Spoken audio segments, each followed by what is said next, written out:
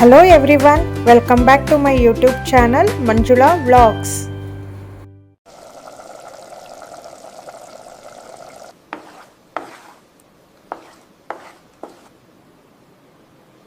ಮನೇಲಿ ಏನಾದರೂ ಸೊಪ್ಪು ಜಾಸ್ತಿ ಇತ್ತು ಅಂದಾಗ ಬಸ್ಸಾರು ಒಂದೇ ಥರ ಸಾರು ಎಲ್ಲ ತಿಂದು ಬೇಜಾರಾಗಿತ್ತು ಅಂದಾಗ ಈ ಥರ ಸೊಪ್ಪನ್ನ ಬೇಳೆ ಜೊತೆಯಲ್ಲಿ ಬೇಯಿಸಿ ಇಟ್ಕೊಂಡ್ರೆ ಸಾಕು.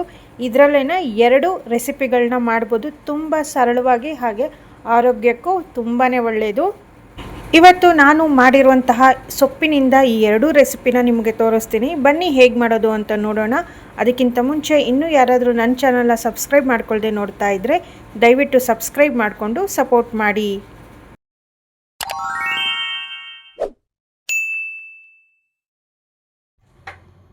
ಮೊದಲಿಗೆ ನಾನಿಲ್ಲಿ 1 ಕಪ್ ಆಗುವಷ್ಟು ತೊಗರಿಬೇಳೆನ ಈ ರೀತಿ ನೆನೆಸಿ ಇಟ್ಟಿದ್ದೆ. ಇದಕ್ಕೆ ನಾನು ದಂಟಿನ ಸೊಪ್ಪನ್ನು ನೀಟಾಗಿ ತೊಳೆದು ಹೆಚ್ಚಿಬಿಟ್ಟು ಹಾಕ್ತಾಯಿದ್ದೀನಿ. ದಂಟಿನ ಸೊಪ್ಪು ಇತ್ತು ಮನೇಲಿ, ಹಾಗಾಗಿ ಅದನ್ನೇ ಸೇರಿಸ್ತಾ ಇದ್ದೀನಿ. ಈ ರೆಸಿಪಿನ ಮಾಡೋದಕ್ಕೆ ಯಾವ ಸೊಪ್ಪನ್ನು ಬೇಕಾದರೂ ಬಳಸ್ಬೋದು. ನಿಮ್ಮ ಮನೇಲಿರುವಂತಹ ಸೊಪ್ಪನ್ನು ಬಳಸ್ಕೋಬೋದು. ನಾನು ಇದಕ್ಕೆ ಸ್ವಲ್ಪ ಉಪ್ಪನ್ನು ಹಾಕಿ ಒಂದು ಕುಕ್ಕರಲ್ಲಿ ಒಂದು 2ರಿಂದ 3 ವಿಷಲ್ ಕೂಗಿಸ್ಕೊಳ್ತಾ ಇದ್ದೀನಿ. ಅಷ್ಟರಲ್ಲಿ ಒಂದು ಮಸಾಲೆ ಮಾಡ್ಕೊಳ್ತಾ ಇದ್ದೀನಿ.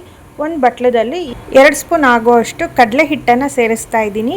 ವಡೆ ಎಲ್ಲ ಮಾಡ್ಕೊಳ್ತೀವಲ್ಲ ಆ ಹಿಟ್ಟನ್ನೇ ಸೇರಿಸ್ಕೊಳ್ತಾ ಇದ್ದೀನಿ. ಇದಕ್ಕೆ ಖಾರದ ಪುಡಿ, ಸಾಂಬಾರು ಪುಡಿ, ಗರಂ ಮಸಾಲ, ಸ್ವಲ್ಪ ಧನಿಯಾ ಪುಡಿ, ಅರಿಶಿಣ ಹಾಕಿ ಸ್ವಲ್ಪ ಹುಣಸೆ ಹಣ್ಣಿನ ರಸನ ಹಾಕಿ ಎಲ್ಲ ಚೆನ್ನಾಗಿ ಮಿಕ್ಸ್ ಮಾಡ್ಕೊಳ್ತಾ ಇದ್ದೀನಿ. ಅಗತ್ಯ ಇದ್ದರೆ ಸ್ವಲ್ಪ ನೀರನ್ನು ಕೂಡ ಸೇರಿಸ್ಕೋಬೋದು. ಜಾಸ್ತಿ ತೆಳು ಇರಬಾರ್ದು, ಆದಷ್ಟು ಸ್ವಲ್ಪ ಗಟ್ಟಿ ಇದ್ದರೆ ಈ ಮಿಶ್ರಣ ಚೆನ್ನಾಗಿರುತ್ತೆ. ಗಂಟಿಲ್ದಿರೋ ಹಾಗೆ ನೀಟಾಗಿ ಮಿಶ್ರಣ ಮಾಡ್ಕೋಬೇಕು. ಈ ರೀತಿಯಾಗಿ ಪೇಸ್ಟನ್ನು ಮಾಡ್ಕೋಬೇಕಾಗುತ್ತೆ. ನೋಡ್ತಾ ಇರ್ಬೋದು ಎಷ್ಟು ಸ್ಮೂತಾಗಿ ಪೇಸ್ಟ್ ರೆಡಿಯಾಗಿದೆ ಅಂತ. ಅಷ್ಟರಲ್ಲಿ ಸೊಪ್ಪು ಕೂಡ ಬೆಂದಿದೆ. ಬೇಳೆ ಜೊತೆಯಲ್ಲಿ ಚೆನ್ನಾಗಿ ಬೆಂದಿದೆ ಈ ಸೊಪ್ಪು. ಸ್ವಲ್ಪ ತಣ್ಣಗಾದ್ಮೇಲೆ ಇದನ್ನು ಒಂದು ಮಿಕ್ಸಿ ಜಾರ್ಗೆ ಹಾಕಿ ನುಣ್ಣಗೆ ರುಬ್ಬಿ ಎತ್ತಿಟ್ಕೊಳ್ತಾ ಇದ್ದೀನಿ.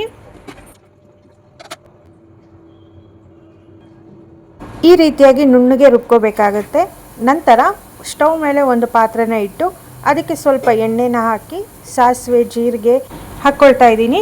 ಇದು ಸ್ವಲ್ಪ ಚಟಪಟ ಅಂದಮೇಲೆ ಹೆಚ್ಚಿಟ್ಟಿರುವಂತಹ ಈರುಳ್ಳಿನ ಸೇರಿಸ್ತಾ ಇದ್ದೀನಿ. ಇದ್ರ ಜೊತೆಯಲ್ಲಿ ಸ್ವಲ್ಪ ಇಂಗನ್ನ ಕೂಡ ಸೇರಿಸಿ ಚೆನ್ನಾಗಿ ಎಲ್ಲನೂ ಮಿಕ್ಸ್ ಮಾಡ್ಕೊಳ್ತಾ ಇದ್ದೀನಿ.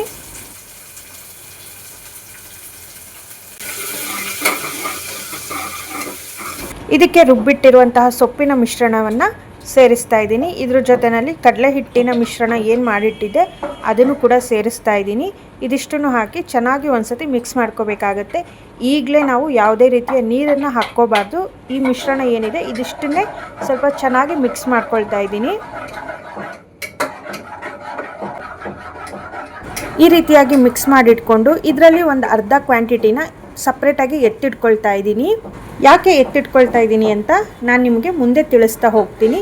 ಈ ರೀತಿಯಾಗಿ ಎತ್ತಿಟ್ಕೊಂಡು ಉಳಿದಿರುವಂತಹ ಮಿಶ್ರಣ ಏನಿದೆ ಅದಕ್ಕೆ ಎಷ್ಟು ಅವಶ್ಯಕತೆ ಇದೆಯೋ ಅಷ್ಟು ನೀರನ್ನು ಹಾಕ್ತಾ ಇದ್ದೀನಿ. ನೀರನ್ನು ಸೇರಿಸಿ ರುಚಿಗೆ ಎಷ್ಟು ಬೇಕೋ ಅಷ್ಟು ಉಪ್ಪನ್ನು ಸೇರಿಸಿ ಚೆನ್ನಾಗಿ ಮಿಕ್ಸ್ ಮಾಡಿಕೊಂಡು ಸಾರನ್ನು ಕುದಿಸ್ಕೊಳ್ತಾ ಇದ್ದೀನಿ. ಈ ರೀತಿಯಾಗಿ ಮಾಡಿರುವಂತಹ ಸಾರು ಬಿಸಿ ಅನ್ನಕ್ಕಾಗಲಿ ಬಿಸಿ ಬಿಸಿ ಮುದ್ದೆಗಾಗಲಿ ತುಂಬ ಅಂದರೆ ತುಂಬ ಚೆನ್ನಾಗಿರುತ್ತೆ. ಈ ರೀತಿಯಾಗಿ ಒಂದ್ಸತಿ ಟ್ರೈ ಮಾಡಿ ನೋಡಿ, ತುಂಬಾ ಇಷ್ಟಪಡ್ತೀರಾ. ಸೊಪ್ಪು ತಿನ್ನಲ್ಲ ಅನ್ನೋರು ಕೂಡ ಈ ರೀತಿಯಾಗಿ ಮಾಡಿಕೊಟ್ರೆ ಖಂಡಿತವಾಗಿಯೂ ತಿಂತಾರೆ. ಯಾಕೆಂದರೆ ಇದರಲ್ಲಿ ಸೊಪ್ಪು ಇರೋದೇ ಗೊತ್ತಾಗಲ್ಲ. ಹಾಗಾಗಿ ನಂತರ ಏನು ಅರ್ಧ ಕ್ವಾಂಟಿಟಿನ ಎತ್ತಿ ಇಟ್ಕೊಂಡಿದ್ದೀನಿ ಸೊಪ್ಪಿನ ಮಿಶ್ರಣನ, ಅದಕ್ಕೆ ಬೇಯಿಸಿ ಈ ರೀತಿಯಾಗಿ ಮ್ಯಾಶ್ ಮಾಡಿಟ್ಟಿರುವಂತಹ ಆಲೂಗಡ್ಡೆನ ಸೇರಿಸ್ತಾ ಇದ್ದೀನಿ. ಇದಕ್ಕೆ ಬೇರೆ ಯಾವ ಒಗ್ಗರಣೆನೂ ಬೇಡ. ಆಲ್ರೆಡಿ ಈರುಳ್ಳಿ, ಸಾಸಿವೆ, ಜೀರಿಗೆ, ಎಣ್ಣೆ ಎಲ್ಲ ಹಾಕಿ ಒಗ್ಗರಣೆ ಕೊಟ್ಟಿರೋ ಮಿಶ್ರಣ ಆ ಸೊಪ್ಪಿನಲ್ಲಿ ಇದೆ. ಹಾಗಾಗಿ ನಾನು ಬೇರೆ ಏನನ್ನೂ ಸೇರಿಸ್ತಾ ಇಲ್ಲ. ಕೇವಲ ಆಲೂಗಡ್ಡೆನ ಸೇರಿಸಿ ರುಚಿಗೆ ಎಷ್ಟು ಬೇಕೋ ಅಷ್ಟು ಉಪ್ಪನ್ನು ಮಾತ್ರ ಹಾಕ್ಕೊಂಡಿದ್ದೀನಿ. ತುಂಬ ಗಟ್ಟಿ ಆಯಿತು ಅನ್ಸಿದ್ರೆ ಸ್ವಲ್ಪ ನೀರನ್ನು ಕೂಡ ಸೇರಿಸ್ಕೋಬೋದು, ಏನು ತೊಂದರೆ ಇಲ್ಲ.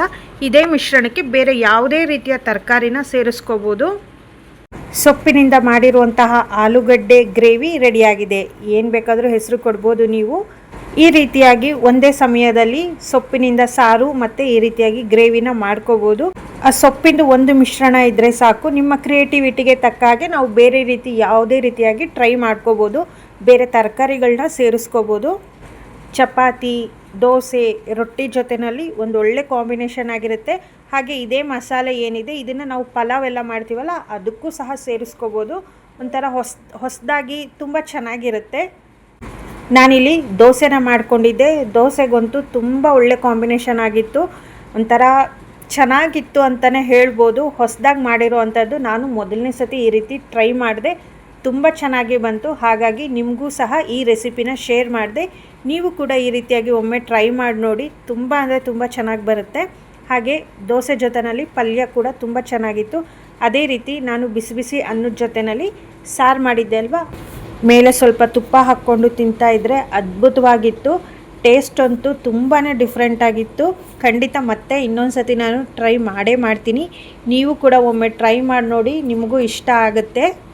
ಒಂದೇ ಬಾರಿ ಸೊಪ್ಪನ್ನು ಬೇಯಿಸ್ಕೊಂಡು ಮಸಾಲೆ ಎಲ್ಲ ಒಗ್ಗರಣೆ ಹಾಕ್ಕೊಂಡು ಮಾಡುವಂತಹ ವಿಭಿನ್ನವಾಗಿರುವಂತಹ ಸಾರು ಮತ್ತು ಪಲ್ಯ ನಿಮಗೆಲ್ಲ ಇಷ್ಟವಾಗಿದೆ ಅಂದ್ಕೊಂಡಿದ್ದೀನಿ. ಈ ಒಂದು ಪುಟ್ಟ ವಿಡಿಯೋ ನಿಮಗೆಲ್ಲ ಇಷ್ಟವಾಗಿದ್ದರೆ ದಯವಿಟ್ಟು ಲೈಕ್ ಮಾಡಿ, ಕಮೆಂಟ್ ಮಾಡಿ, ಶೇರ್ ಮಾಡಿ, ಹಾಗೆ ಸಬ್ಸ್ಕ್ರೈಬ್ ಮಾಡೋದನ್ನು ಮಾತ್ರ ಮರಿಬೇಡಿ. ಹೈಪ್ ಕೂಡ ಮಾಡಿ. Thank you.